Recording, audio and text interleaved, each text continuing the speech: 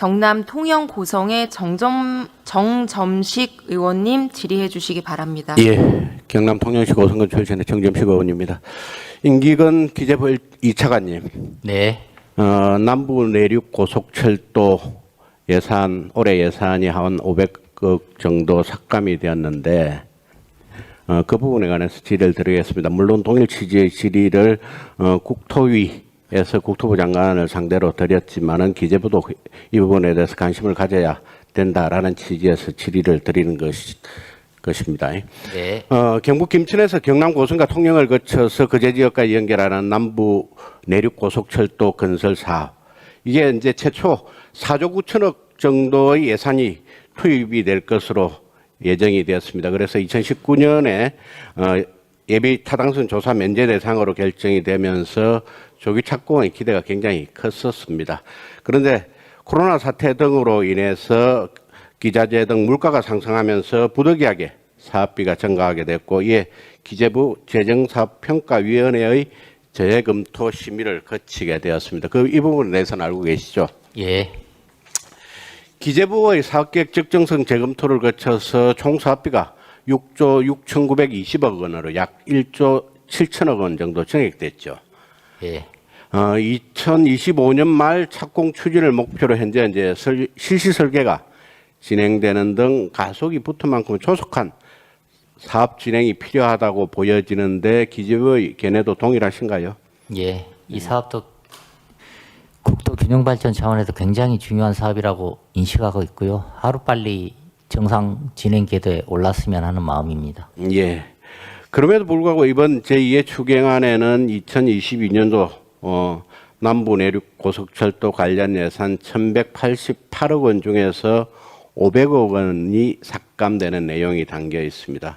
이에 대해서 우리 경남, 특히 이제 서부 경남 주민들의 우려가 굉장히 큽니다. 이제야 탄력을 받고 속도감 있게 추진되고 있는 등 사업 예산을 있는데 이 사업 예산을 대폭 삭감해야 되는 이유가 무엇입니까?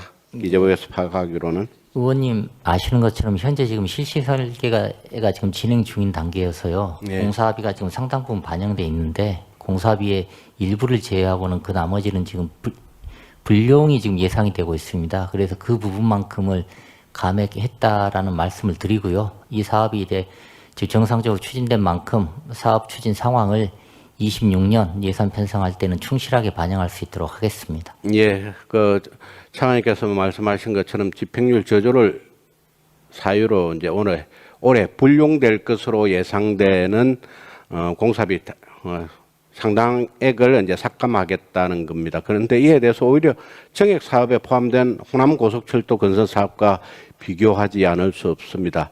차관님께서는 또 이제 호남 고속철도는 2027년까지 총 3조 341억 원이 투입되는 사업입니다.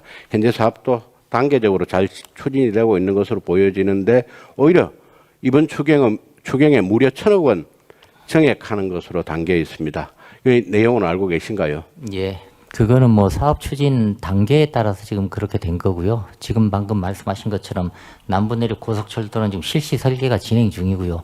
호남 고속철 같은 경우는 이미 지금 공사가 진행 중이어서 집행 여건이 약간 상이한 측면이 있다. 그 부분 현장 사정을 반영했다라는 말씀을 드립니다. 그런데 이제 호남 고속철도 같은 경우는 국고와 국가철도공단 간 5대5 매칭 구조지 않습니까? 그런데 추경을 통해서 국고만 1,000억 원을 증액하는 것도 모자라서 사업이 이제 단계적으로 진행될 거기 때문에 차관님께서도 말씀하신 것처럼 단계적으로 예산이 다 편성이 되어 있는데 특히 이제 1,000억 원 증액분이 노방공사 소요 비율이라는 점에 있어서는 타당성 측면에서도 부적절하다라는 그런 비판이 있는데 이에 대해서는 어떻습니까? 특히 지역 간 형평성 문제가 계속 제기되고 있는 문제라서 거기에 대해서는 어떻게 평가를 하십니까? 지역 간 형평하고는 무관한 사항이고요. 실제로 현장에서 집행이 가능하느냐 아니면 현장에서 집행이 어려운 상황이냐 그런 측면에서 판단했다고 말씀드리겠습니다. 예, 차관께서 조금 전에 말씀을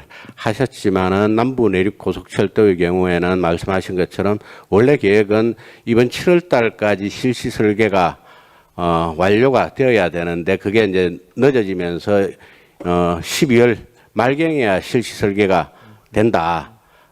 그렇기 때문에 그 불용 공사비 예산이 불용 처리될 것이다라고 해서 500억 원 가까이를 삭감한다는 그런 취지시죠. 예. 지금까지 남부내륙 고속철도 사업에 국가 예산이 어느 정도 배정되는지 알고 계십니까? 한 6,300억 정도 배정이 됐습니다. 그 장관님 말씀하신 대로 이 중에서 이제 예산 집행률이 23.1%로서 상대적으로 좀 저조한 것은 사실입니다. 그런데 지금 현재 남부내륙 고속철도의 사업 완료 시기가 2030년 정도로 예정이 되어 있거든요. 그렇습니다. 그런데 지금까지 이제 투입된 예산을 제외하면 앞으로 투입하는 예산이 6조 정도 됩니다. 그러면 산술적으로 볼 때는 매년 1조 원 이상의 예산이 이 사업에 투입이 되어야 하는데 이게 제대로 진행이 되겠습니까? 어떻습니까? 예, 뭐 제대로 이렇게 진행을 시켜야 한다고 생각하고요. 의원님께서도 잘 아시는 것처럼 사업 초창기에는 예타 면제 그리고 이런 사업계획 적성 재검토 실시 설계까지가 시간이 많이 걸리는 거고요. 그리고 그 다음부터는 공사에 이제 본격적으로 들어가게 되면 사업 추진에 가속도가 붙을 수 있는 여건이지 않겠습니까? 그런 이제 사업 추진의 가속도가 붙게 되면 사업 추진의 가속도에 맞춰서 충실하게 예산을 반영해서 30년까지 완공시킬 수 있도록 해보겠습니다. 예, 저희 그 서부 경남 주민들의 이제 염원이 사실은 이게 서부 경남 지역의 경우에는 고속교통편이 전무한 실정입니다. 그래서 이제 남부 내륙 고속철도가 예비 타당성 조사 면제 사업으로 선정이 되고 이제 진행이 될 때 굉장히 큰 기대감을 가지고 있었는데 코로나 사태 이후로 타당성 재평가를 하면서 이게 거의 2년 정도 사업이 또 늦어지게 되었습니다. 그렇기 때문에 이번에 예상 실시 설계가 또 다시 예정보다 늦어지게 되면서 이 사업이 제대로 예정대로 2030년까지 추진이 될 수 있냐라는 부분에 대해서 걱정이 굉장히 많은데 차관님께서도 조금 전에 약속하신 것처럼 향후 실시 설계가 끝나고 나면 우선 당장 내년 예산부터 시작을 해서 본격적인 공사가 시작될 때 그 예산이 차질 없이 배정될 수 있도록 차관님께서도 많은 노력을 해 주시길 당부드립니다. 네. 자, 장기 은퇴 채권 소각 사업에 대해서 질의를 드리겠습니다. 근대영 사무처장님. 예. 지금 추경안을 보면 한국자산관리공사 출자해서 그 장기 연체 채권을 소각하겠다고 예산이 이번에 정액이 됐죠. 예. 이게 이제 캠코 출자인 것으로 봐서 금융회사 또는 채권 주심회사 쪽에서 이 장기 연체 채권을 캠코가 소위 매입을 하겠다는 이런 취지로 보이는데 맞습니까? 예, 일괄 매입하겠다는 취지. 네, 일괄 매입을 하게 되면 원래 개인 금융채무자보호법 등에 따라서 채권 양도 시에는 본인 동의를 얻어야 하고 신용정보법이나 개인정보보호법 따라서 재산소득정보 열람 시는 본인의 동의를 얻도록 되어 있지 않습니까? 예. 그걸 이제 이 소위 채권을 일괄 매입을 해서 이 사람의 상환 능력이라든지 재산 상태 등을 고려를 해서 이제 이걸 소위 소각을 할 것인지 여부를 결정을 해야 되는데 예. 지금 현재 입법 상태에서는 지금 불가능한 거 아닙니까? 아닙니다. 민법에 따른 일반 채권의 양도 기준에 따라서 그 절차를 진행하면 되고요. 저희가 2004년부터 지금 5번 이 업무를 할 때마다 민법에 따른 채권의 어떤 양도 절차에 따라서 이 업무를 진행해 왔습니다. 그러니까 이제 결국 일괄 매입이라서 일단 매입한 다음에 해당 채무자의 상환 능력을 먼저 살펴봐야 될 거 아닙니까? 그러면 결국 그걸 살펴보려고 그러면 개인정보 주체의 동의가 있어야 되는 거 아니에요? 예, 그 말씀드리겠습니다. 저희 법 체계에서 캠코는 이런 업무를 하기 위해서 재산 상태를 조사할 수 있는 권한이 있습니다. 그래서 행안부에는 이제 재산세 납부 실적, 국세청에는 그 소득 정보가 있는 그 정보를 저희가 받을 수 있는 법적 근거를 가지고 있기 때문에 특히 그 사람한테 도움이 되기 때문에 동의 없이 할 수 있는 법적 근거를 예외적으로 개보법 신정법의 예외를 가지고 있습니다.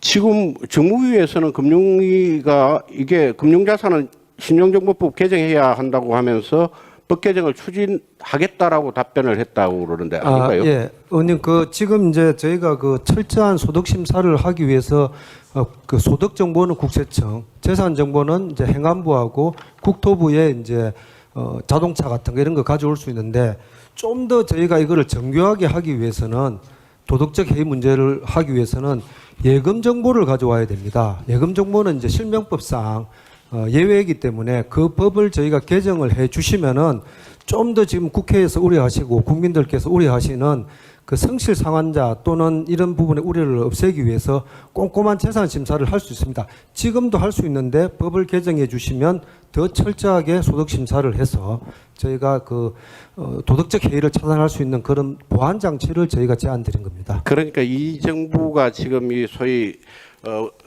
부채를 탕감을 하겠다고 하는 취지가 결국 중소자영업자들을 보호하기 위해서 이렇다라고 이제 말씀을 하시지 않습니까? 그런데 네.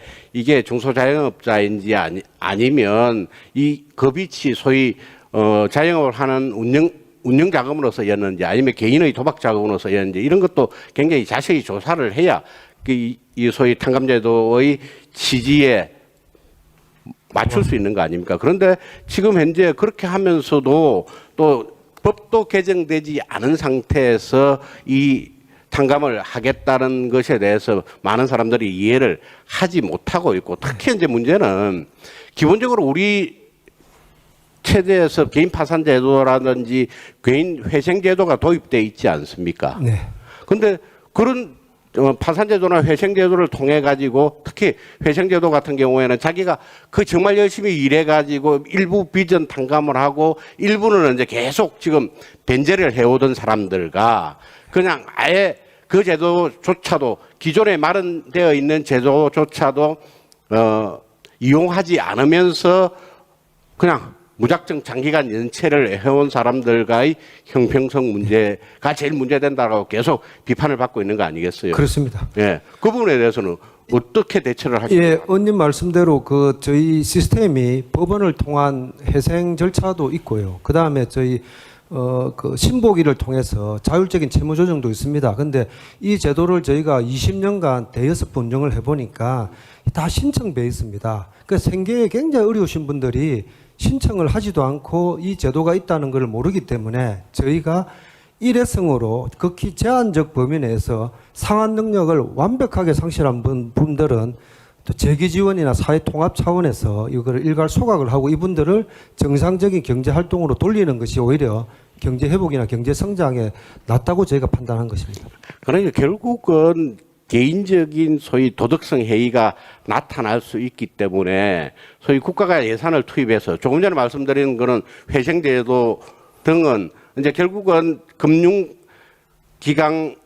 채무자, 채권자와 채무자 간의 자율 조정이라든지 법원의 조정 등을 통해서 이제 이 금융기관 등이 그 소위 대출을 해준 채권자로서의 일정 부분 책임을 부담하는 측면에서 그런 제도를 마련을 해놨는데 이거는 국가가 일괄적으로 탕감을 해준다라고 하니까 이게 도덕적 해이를 초래할 수 있다고 많은 분들이 비판을 하고 있는 것이고 더구나 이제 지금 이번 정부의 방침에 따르면 채무조정은 크게 두 가지 방향으로 진행되는데 2018년 6월 이전 연체되기 시작해서 아직 갚지 못하는 장기 연체에 대한 채무조정과 그리고 코로나로 자영업자가 본격적으로 신음하기 시작한 2020년 4월 이후에 발생한 부채에 대한 채무 조정인데 그 사이에 2018년 6월 하순부터 연체하기 시작한 분들에 대해서도 형평성이 맞지 않다라는 비판이 있습니다. 그 부분에 대해서는 어떻게 생각하세요? 예, 이 제도가 이제 100% 정부 제도가 이렇게 촘촘하게 다 커버하지 못하는 그런 측면이 있을 수 있지만, 그러니까 지금 말씀하시는 거는 새 출발 기금의 시기가 2020년 4월 이후고, 이거는 지금 2018년 그 이전이니까 그 사이에 공백을 말씀하시는 것 같습니다. 그렇죠. 근데 새 출발 기금은 저희가 2020년 4월 이후에 사업을 영위하시는 분입니다. 그러니까 코로나로 인해서 사업을 하시는데 이분의 연체가 2020년 4월 이전에 발생할 수 있기 때문에 그 부분은 저희가 지원할 수 있다. 새 출발 기금에서 지원할 수 있다 하는 말씀을 드리고, 아까 말씀드린 대로 법원을 통한 시스템, 그다음에 금융회사의 자체 신용 회복 시스템이 있기 때문에 거기에서 이렇게 누락되는 부분들은 다른 프로그램을 통해서 할 수 있고, 저희가 시산을 해보니까 그렇게 빠져 있는 분이 많지 않은 거로 저희가 판단을 내렸습니다.